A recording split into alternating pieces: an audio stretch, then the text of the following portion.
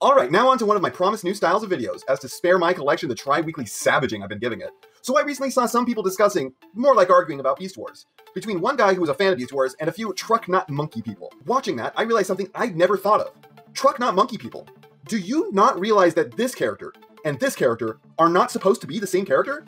Now, it's entirely possible, hell, even likely, that those guys were just trolling, pretending they didn't know stuff they probably should have learned through community osmosis years ago, but maybe not. Maybe there are just Trukk not Munky people out there who don't know all their reasons to dislike Beast Wars are based on bad information. I mean, their ignorance is likely very willful, but hey, if I can convince even one to give Beast Wars a chance, that's worth it. So I will try to cover all the points I saw get covered, and try and think of other questions that the Trukk not Munky people may have. And to be clear, most of this is answered in the first episode of the show, with the rest being answered throughout the series run overall. And let's start with the big one. Yes, Optimus Prime and Optimus Primal are not supposed to be the same characters, nor is Megatron supposed to be the Megatron we know from the original series.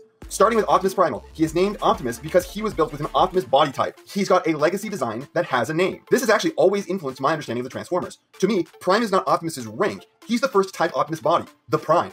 As such, I've always called the white repaint Ultra Magnus Optimus Magnus. As for Beast Wars Megatron, he is not in any way related to the actual Megatron like Primal is to Prime. Megatron is a crime lord with an extraordinary ego and a penchant for the dramatic, so he changed his name to the greatest Decepticon leader as a way to self-aggrandize. Comics that would come years later would state that his original name was Gnash Teeth, but I'd say that name isn't dignified enough for this character, as this character was a much more cunning and well-spoken individual. And to be clear, yes, that does make Beast Wars a direct sequel to the original 1984 series. The characters from the show are supposed to originate millions to even billions of years after the war between the Autobots and Decepticons has ended. And if that gives you questions, don't worry, I'll cover them in this video. They will be addressed and explained. Next on the list is that it's stupid that Cybertronians would turn into animals, as 1, vehicles are better, and 2, how are they going to hide as animals when they are giant 30-foot tall behemoths? And when part 2 gets answered, that's going to generate more questions, so wait for answers to those as well. So to start off, Cybertronians don't turn into animals. Only the characters in the show turn into animals. Everyone else back on Cybertron and around the galaxy still turn into vehicles. Why do they turn into animals is your next obvious question, and the answer to that requires backstory. The series starts with Megatron and his crew of Predacons having stolen an artifact that shows directions to Earth, with the goal of coming to Earth and plundering it for energon to fuel a new war effort against the Maximals after the Decepticon defeat at the end of G1. The only ship nearby capable of attempting to intercept the Predacons was that of Optimus Primal, who was departing on a non-combat science mission, with Megatron jumping to faster than light, in a hurry trying to escape, and Optimus just following the engine trail of Megatron's ship. The important part of this is that in Beast Wars, FTL ships have advanced to the point where they can travel through both space and time, meaning that when they jump past light speed, they travel through time, and due to the shoddy coordinates the Predacons used because they were in a hurry, the two ships emerged in a random place at a random time, potentially in the past or the future. This explains why the characters are from the super future, but seemingly the show is set in the potential past, though that will be put into question if you actually watch the show. Both ships emerge over an alien world with 2 moons, each dealing critical damage to the other ship, causing both to crash and landing on the nearby planet. The world they crash on is an alien experiment, seeded with life from other worlds with untold vast quantities of energon, so much so that it would prove lethal to the characters of the show. Just like you need sunlight to live, but don't want to live on a planet without an atmosphere protecting you from it, the energon radiation is in fact so strong on the planet that it would kill any Cybertronian exposed to it for too long.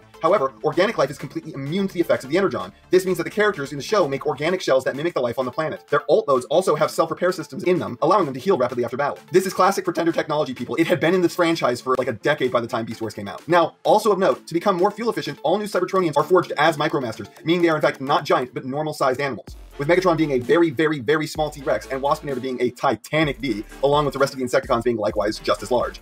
Why are there dinosaurs? Again, alien science experiment world. There are dinosaurs, cheetahs, and gorillas, oh my, all for whatever this strange alien experiment was supposed to be. The next thing that might get pointed out is that it's stupid that the characters who ended up as animals all had names that were based on the animals they ended up turning into. Cheetor, Rat Trap, Rhinox, Waspinator, etc., etc., etc. This is one of the goofier aspects of the show and probably the most cringy scene in the whole first season, but they all get together and change their names to fit their new alt modes. Cheetor seems to do it on a whim, Rat Trap seems to do it out of spite, and Rhinox does it just to join in. This changing of names also offers an extra explanation to Optimus Primal's name. It's entirely possible that Primal heard that the leader of the opposing Predacon faction was a megalomaniac who named himself Megatron, so he started calling himself Optimus just to stick it in Megatron's craw. But that's just a bit of unsubstantiated conjecture on my part. It's just if you require more reason to allow Optimus to have his name. I've also seen people ask the question, what's with the fusers? The answer to that is that when the ships got shot down, a large number of the Maximal crew were vented into space in protected pods. When some of them finally crashed on the planet, their scanners were damaged and accidentally mixed the scans of the native life. Another question one might ask is why the aliens who created the planet covered it in energon. While it is never said if it plays another role in the experiment, it was treated as something of a self-destruct. By detonating all the energon at once, the aliens could blow up the planet and wipe out all trace that they had ever been there. Next up, you might ask, what's with the weird transmetal forms? Those aren't organic, so shouldn't they be affected by the energon? And the answer to that is quite simple.